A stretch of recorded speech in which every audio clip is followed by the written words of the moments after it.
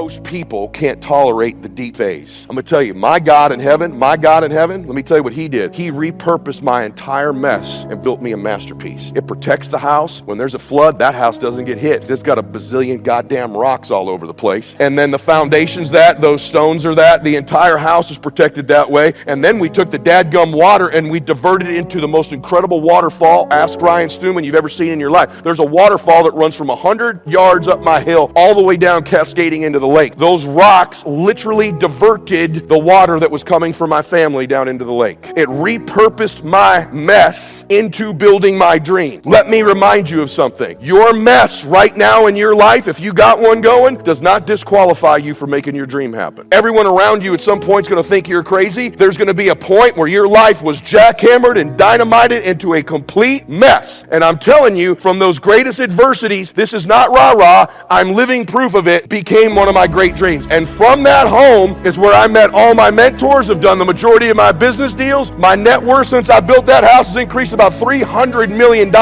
from that mess, right? I tell you that because that's going to happen for you. You got to be able to bend time. Man, do you hear me on this? There's a few things I know in my life, and I know what I'm telling you is right. Now, you better be able to do all the things you don't want to do as long as you can, so you can do all the things you want to do. You got to do all the things you don't want to do as fast as you can, so you can do all the things you want to do for as long as you can. Because you got 8 years left. Time's clicking. My life changed on time when I was 30 years old. You have anybody in your family that you resemble? You have like someone like, you look like your uncle or your auntie. You have anybody like that? Yes or no? Someone here? Mine was my Uncle Mike. It's my godfather. I'm Italian. That's kind of a big deal. It's my dad's only brother. He passed away walking through the Waldorf Astoria Hotel in the lobby at 50 years old of a massive heart attack. I went back to his funeral, and when I went back to his funeral, on the way back, the Oprah Winfrey Show was on TV. I'm gonna give you a tip right now. There's a thing in your brain, I write about it in my book, called the Reticular Activating System. It's called the RAS. It's the part of your brain that keeps you sane so that you don't notice all the stimulus in your life. It filters into you that which you're deeply convicted of or which is important to you. You will literally see, hear, and feel things that you would not otherwise see when something is very important to you. Let me prove it to you. You ever walk into a crowded room and you're looking for a particular person in that room? The rest of the room begins to blur out as you're looking for that. And when we left that room, if I said you were looking for Sarah, there were 40 people in there. When you leave, I said, who were the other 25 people in that room? You have no cognition whatsoever who the other people were in the room, because what was important to you was Sarah. How many of you have ever bought a new car before? You bought a red Acura. All of a sudden, you got that red Acura. Isn't it interesting? You see red Acuras all over the damn road. Same lane, 3 lanes over, going the wrong direction. You're like, man, everyone's got damn red Acuras. No, they were always there, but they were filtered out because they were not in your importance. If you're going to win, hear all this crap about The Secret. There's some validity to it, but here's the truth. There's a reason in your brain that this is all true. It's called the reticular activating system. And if you learn to get super obsessed, your obsessions become your possessions. That's not a meme, that is a fact. When you begin to repeat a thought and a vision to yourself over and over and over again, like that house, over and over and over and over again, like the sale, like the best deal, like the steal on the street, like the investor you need to find, like the buyer you need to find, your RAS filters out like the Matrix and begins to find your red Acura for you. And if you don't begin to learn to control that, you lose against someone like me who understands it. Well, by the same token, you don't have to force yourself or motivate yourself to think negatively, to be depressed, to hate somebody, to want revenge, to want to get back at somebody, to beat yourself up over the head, to feel loaded with guilt. You don't have to make any effort to do that. Your mind is on automatic. It will do that by itself.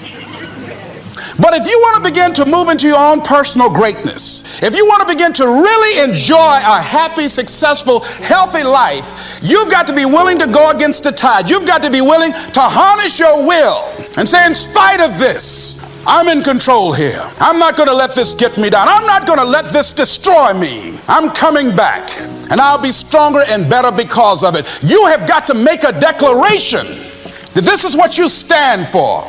You're standing up for your dreams. You're standing up for peace of mind. You're standing up for health. You want it, and you're going to go all out to have it. It's not going to be easy. When you want to change, it's not easy. If it were in fact easy, everybody would do it. But if you're serious, you'll go all out. So yes, I'm going to turn this situation around. I'm not going to sit back and moan and cry over what happened and what went wrong and who did what. I'm going to do something about this situation. The next thing that is important is that expect things to get better for you, because they are. See, life is cyclic. You're not, whatever experience you're having right now, it has not come to stay. It has come to pass. Not to stay, just to pass. It's just going through. The biggest challenge is to know what's happening. This is a part of this thing we call life. This too shall pass. And maintaining perspective, putting it in perspective.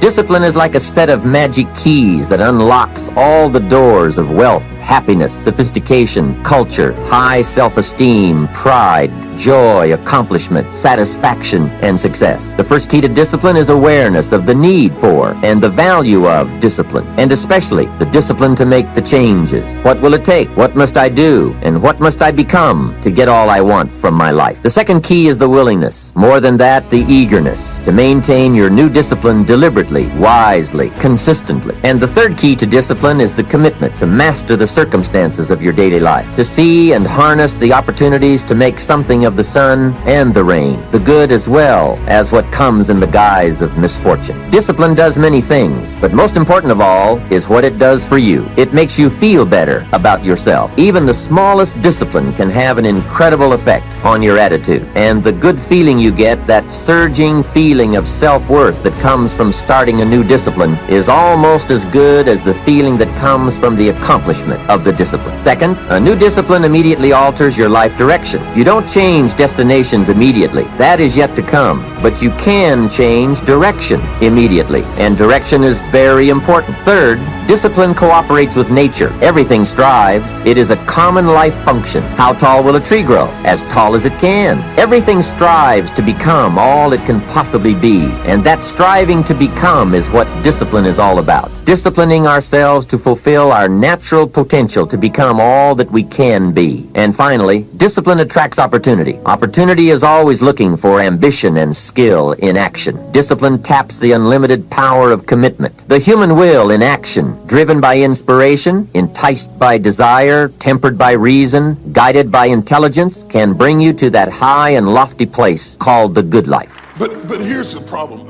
I used to be a head chef in a smorgasbord when I was much younger and used to cook. And working in a restaurant is an interesting thing because the church, in essence, is a restaurant. It is a restaurant. And let me tell you something. When you go to a restaurant, we choose restaurants, yes, because the food is good, but half of the reason we pick the restaurant is because of the ambiance, the atmosphere. Whether it be a casual atmosphere that you really, really enjoy, or I tend to like pristine atmospheres with white tablecloths and elegance and excellence and crystal and china and all the stuff I didn't get growing up. I'm still restoring that to the cankerworms, and glory to God. Thank you, Jesus. I'm still eating steaks today because when my father ate steaks, we ate hamburger with gravy on it, and I'm still getting even. I just eat a steak and say, see, I'm grown. That's how I got this big, being grown. Bless God. But the church is a lot like a restaurant. When you go to a restaurant, everything out front is real nice, and the music is playing, and the violin, and so the singer is singing over in the corner, and you got the white tablecloth, and you got the crystal goblet and the china, and everybody's putting their, isn't that something about putting a napkin in your lap? That's when you know you really have arrived. When the service is so good that somebody just comes up and just puts a napkin all in you.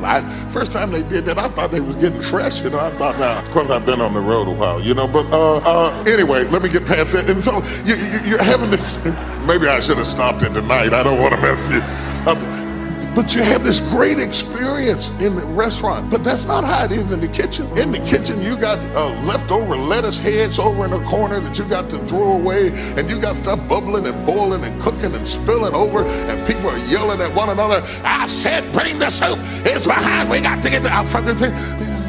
It's not like that in the kitchen. In the kitchen, all hell is breaking loose. Because out of every tragedy, out of every pain, it only gets healed when we find a deeper meaning. When we find there was a higher purpose in it. And I realized I wouldn't have been there that day. I wouldn't have that hunger to help somebody else if I hadn't had the hunger in my own soul at one point missing. So it's very personal to me. And I want to thank all of you that made the contributions. And I told Mark and I've announced that I'm going to match the 1 million meals if you hit it. And I'm sure as hell expecting they will. People who say money doesn't matter, they don't know where to shop. Because there's some experiences you can buy that are extraordinary. Who's got some experiences, some trips, some things you've done with family or friends that will live with you for years? Who knows what I'm talking about here, right? Those things, that money can be a really valuable tool there. If you can find enough add value and have money and do those experiences, how cool. I'll tell you what else money research shows will do. People always say money doesn't matter once you get to a certain level. No, it matters. You can spend $5 a month and have more emotional juice, and it can be measured all the way down into your saliva by hormonal changes. You want to use money, not let money use you.